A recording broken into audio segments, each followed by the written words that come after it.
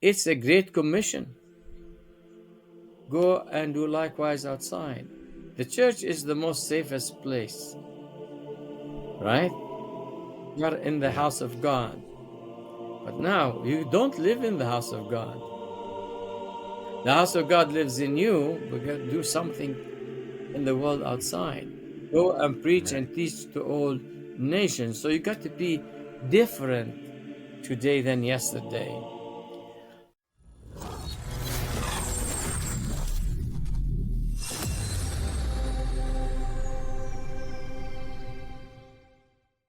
And welcome back to the Faith of Our Fathers podcast. I'm Theodore, and with me, as always, there's Father Constantine over there. He's rip roaring, I can tell. He's ready to start talking.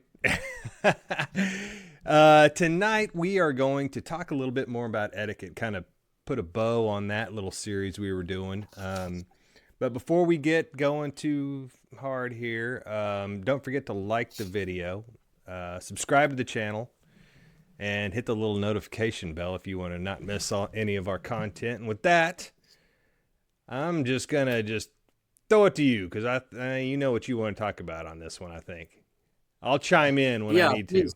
Please. Thank you, Theodore, for another opportunity to share our thoughts and reflections to the listeners in the hope that all of us we can benefit from what we are listening and not I don't want to waste anybody's time. I'm No, grateful no. to you for making this possible. This past two segments, actually, we spoke about etiquette. Mm-hmm. When you come to church, how you come to church, the dress habit, entering the church, lighting a candle, going and sit in a pew, what to do when you are in Rome, like the Romans. Right. Read the So, room. Yeah. so, so right now, I wanted to, and the listeners can go back into the previous segments, so that will become a chronological step by. Yeah. We'll have. I'll put it in a playlist so you can just watch it straight through and you can hear everything we got to say on the subject. You, you're gonna put them all in one podcast? No, on a A playlist. playlist, I'll one, just play two, back to three. back. Yeah, Yeah. yeah, yeah. Yeah. Mm-hmm. Now, like I said, people find a place and be seated in the church with somebody that they know or somebody they don't know. But when they are seated, hopefully somebody will give them an encouragement to open the book and to explain. In some churches, they have a small pamphlet, an outline. And Right. I have done that one time. Uh, I have them laminated. I will give you an example. Maybe the church might end up doing something like that. Oh, that's smart. Stick them in It the. modified. Yes, we have Yeah. uh, Mm-hmm. uh, and the pages just a synopsis about for the strangers or for the visitors. Mm-hmm. It is very important that when we are in the house of God to remain silent, not to talk, to carry conversation, to trying to meet a friend and trying to feel that we are in a theater where we put our arms behind our loved ones, uh, or even the way we are seated in the church, putting your right foot on, crossing your feet. Mm-hmm. Um, we have to be attentive in every possible way, and we don't want to distract other people who are in prayers and contemplations. And Right. it's very annoying, when you are praying and somebody passes by you or seeing people talking in the church. Right. I saw that today, to be honest with you. During the whole liturgy, two two ladies were talking and talking and talking. It really bothered It me happens. Yeah. as I am praying, and but if it bothered me, it should bother lots of people too. Why they do that, I have no idea. Okay, so now we are coming to receive communion. there's an invitation by the priest to say, with the fear of God and faith and love draw near. And so Mm-hmm. you come in this fashion, which I have not spoken before about that. This is symbolic of the skull and our hands and feet. We are dead to the world. So we come forward in silence, in reverence. We should not talk and converse as we meeting our cousin for the first time or second time, third time. And when we get closer, there is the priest, and he had two people holding a red cloth so the communion will not fall, or he has deacons or he has subdeacons or somebody to help. So the priest would say, with the fear of the servant of God, and automatically the person should say his name or her name, because the one who's receiving the communion is John or Theodore or Janet. Mm-hmm. And although the priests know them by name, they should really utter their name. They should open their mouth, and the priest will pour the sacrament. And when it is done, they say Amen and they make the sign of the cross and they go. In some of the traditions, you have basket of holy bread, Mm-hmm. and people will take it or being given by someone by ushers, so that the recipient of the holy communion will eat the bread in order to consume everything that was in the mouth. In some tradition, they have little wine with water, warm water, and likewise you take a Mm-hmm. sip. And then you go back into the pew. There are in the pew books. Most of the churches have books, and there are books for prayer before communion. It could be read well, the chanters or the choir singing the praise or other hymnology. And then while people continue to receive communion, a prayer of thanksgiving can be offered. There are various Mm-hmm. prayers, but you don't have to read them all. You read as much as you wanted to read till the priest finishes. And when he finishes, you Yep. stop to give thanks and to go back to remain in silence, not in carrying conversation. Okay, that's in approaching the chalice. Go back to your pew. We have to be also sensitive to the elders who come to receive communion. We have to be sensitive to the handicapped who receive communion. We have to Mm-hmm. be also sensitive to our children, like in Sunday school, to receive communion. And when it comes to the young children and to the babies and to the women, it is very important that the mother or the father carrying the baby to wipe the baby's mouth from anything. Maybe the baby just was being fed, Right. or there's something on the lips, or the baby has cold. I mean, I just, this is not, we really have to be very careful as we approach the chalice. Um, Mm-hmm. the same thing, when you carry a baby to bring him to the body and blood of Christ, if it's a baby young, hopefully somebody will, maybe the mother or the father or the usher will lift up the baby so the priest can able to administer the communion. If it Mm-hmm. is a baby carried by his daddy or mommy, it should be on the left side of the arm of the Okay. father All or the right. mother, because easy for the priest to give that. But if the face on this side is very difficult. So if the Yeah. baby is on the left, We're talking logistics well, now. Yeah. because look, sometimes we have difficulty in doing that, Yeah. and we have to be careful not to. drop the communion on the Right. carpet or on the cloth. That's why we have the cloth. But Mm-hmm. to make it easier for the priest, and it's very very difficult for the priest. Well, like today, for example, we have three priests and a deacon, four chalices, or 25 minutes standing each one of us. So you have end up Yeah. maybe good 400 people received communion today. Mm-hmm. Yeah. That's a lot on the back of the priest. Yeah. And I remember, and that's for I can mention that to the priest. I remember my dad, rest his soul, Father Zachariah Nasser, who died in Fort Lauderdale, Florida, years back, told me, son, you're gonna be old one of these days. I said, yeah, dad. And told my brother, and he said, when you come to give communion, in the olden days, they say you have 5, 10, 15, you could do it. But when you have 100 to 100 by yourself, I mean, you could collapse, sweating.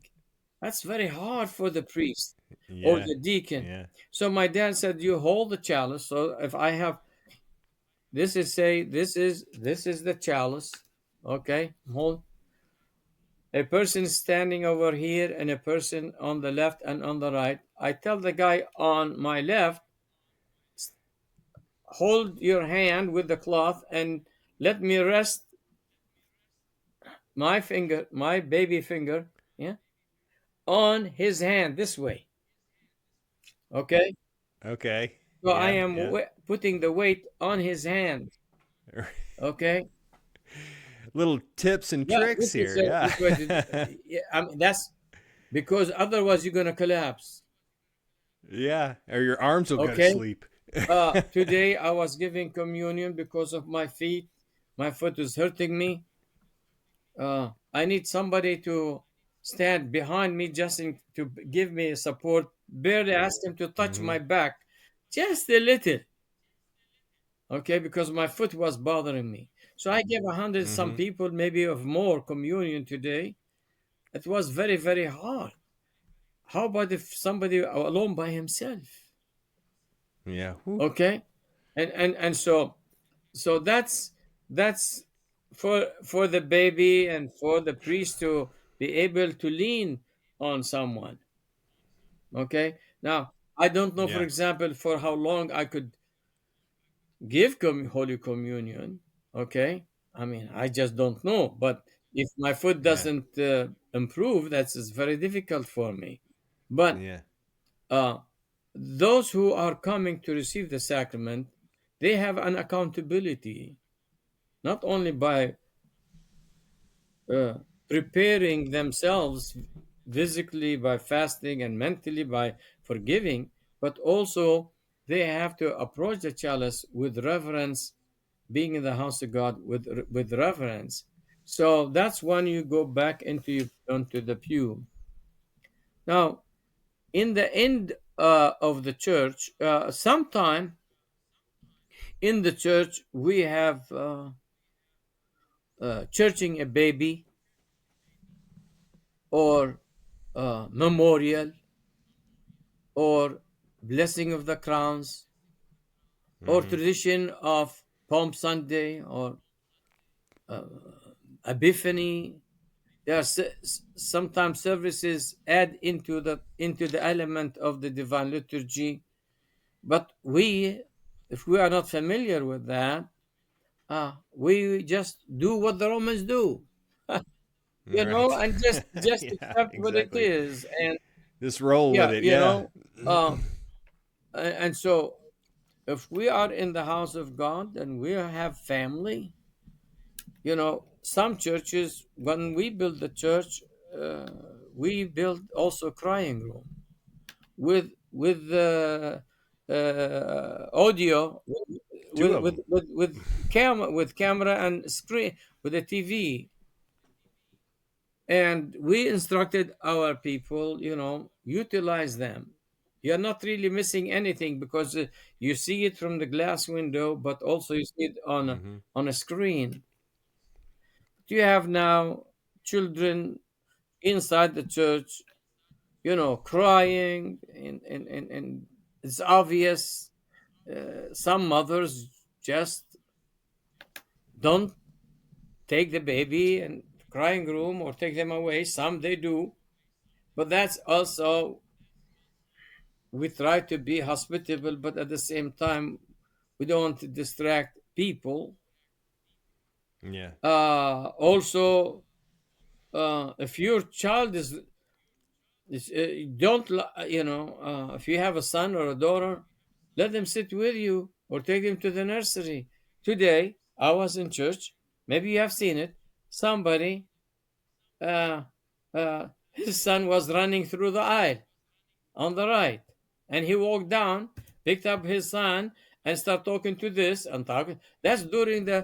the, I saw that. during the Holy Communion. Isn't that distracting? Yeah. Yeah. Yeah. Somebody said, "Well, we are in Yeah. the house of God. This is our spiritual home. So we are in our home. So when you are in a home, and you could do what you want." I said, "No, no, no, no, no. You just can't do. You got to be attentive to, um, courteous to your Yeah. surroundings. There you go. That's all. Mm-hmm. I mean, okay. I think they got the point. Yeah. Um, Here, I got a yeah, question for you. What about like non-orthodox people going up to get blessings? this is something that before we used to tell the people, um, you can't receive communion, but you can come in the end of the service, be blessed by the priest like everybody else, Mm-hmm. and have holy bread. Now, this idea of blessing the people before chrismation, this is something, I don't know where it came from. I just this is began to experience this in the past year or so, and to Mm-hmm. be honest with you, disruptive, because you have people I'm planning to give communion, and then in the midst of already putting the spoon in the chalice, lift it up, I want a blessing. Yeah. So that is really, I think there should I know I be. used to see it a lot more when I first started. I'd see it a lot more. I don't, you don't see it No, much no, no, anymore no. in our There, place, there is. especially. There is a lot. I mean, today I have Is about there? Is 10, there? 15 people on my side for blessing.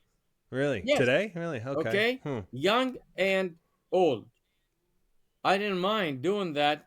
But is there a way so the priest knows that you want blessing? So you come in, and then somebody asked, Dr. Day, there were three kids in Sunday school.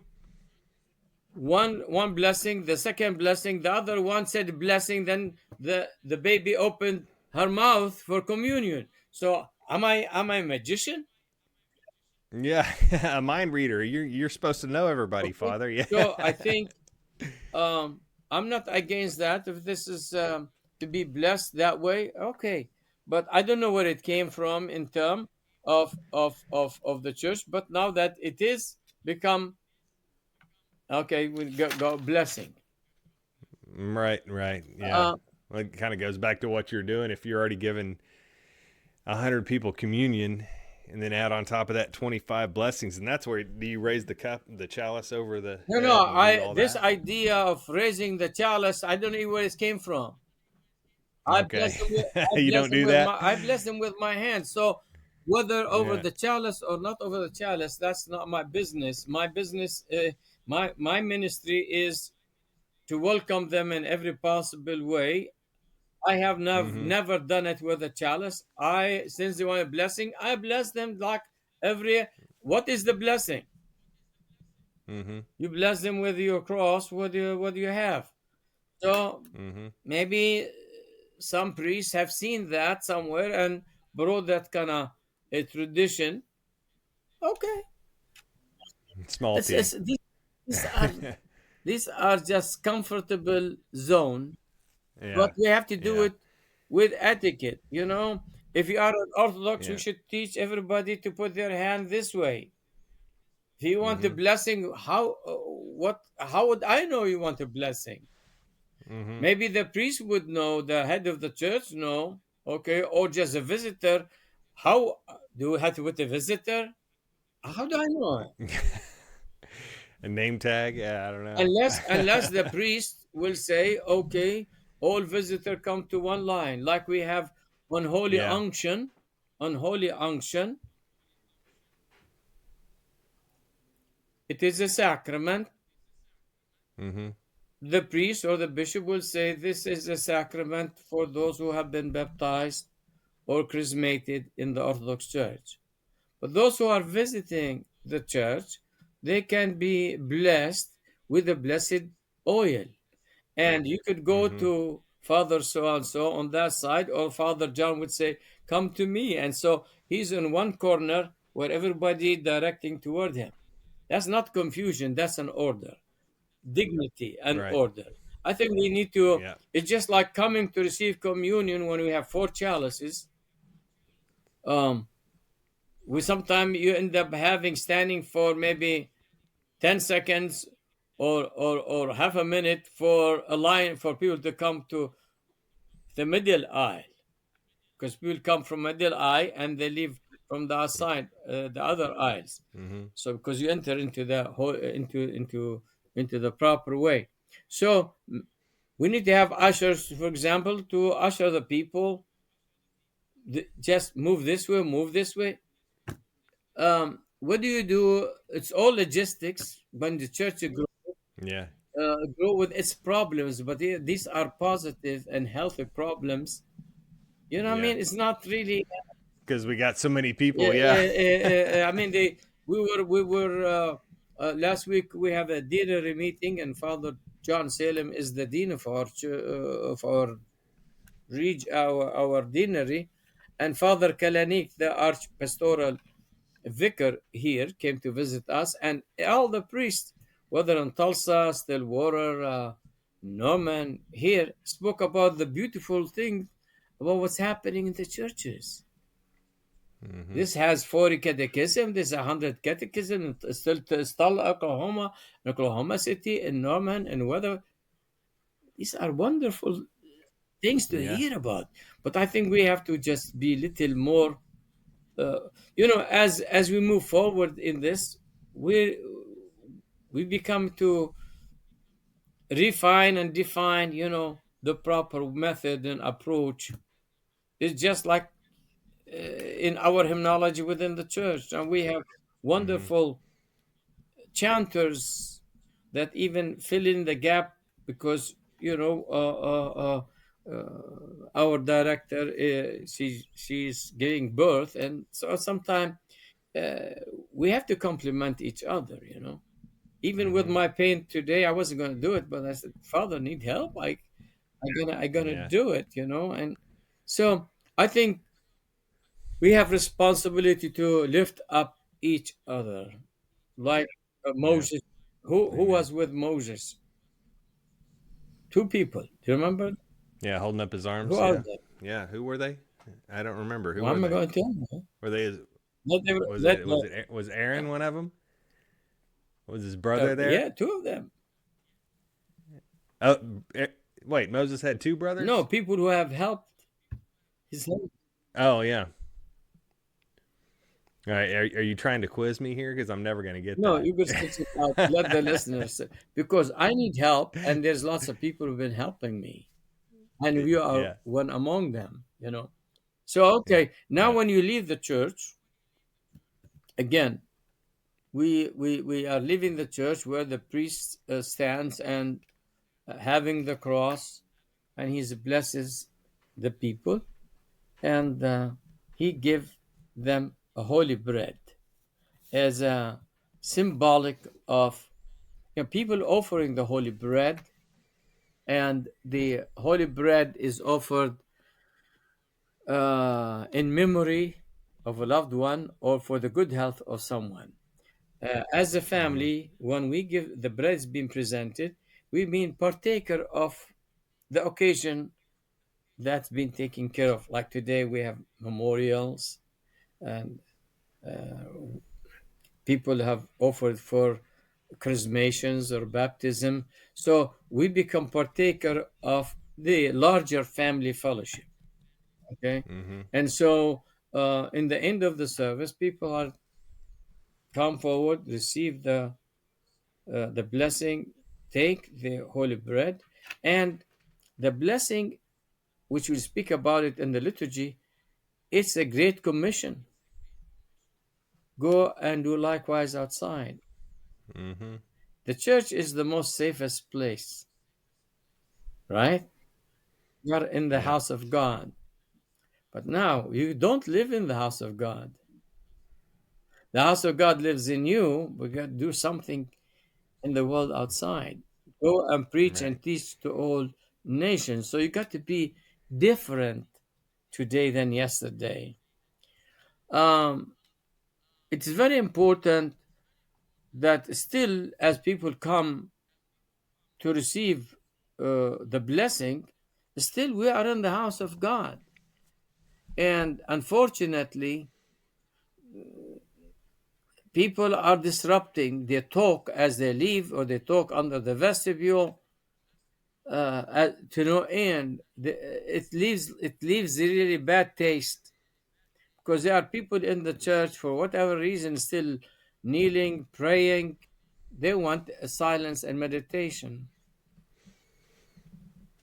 but this need to be emphasized. Yeah, Take it to the coffee hour, people. Take it to the coffee hour. yeah, yeah. If you want to if you want to come and talk in church, disrupting every, go to the coffee hour. Why you even Yeah. come? Okay, but I really believe, you know,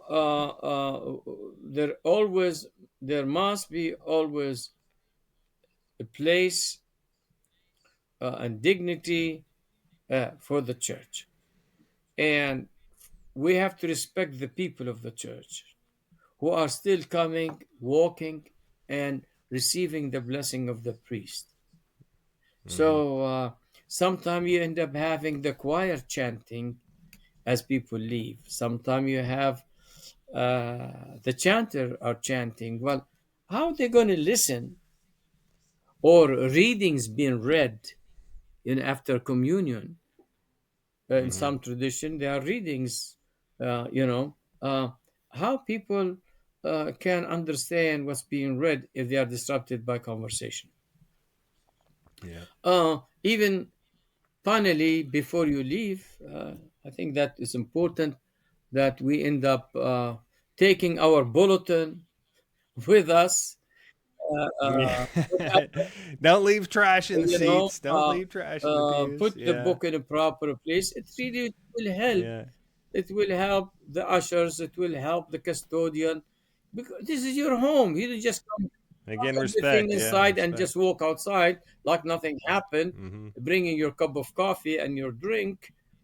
No, no, no. We cannot do that.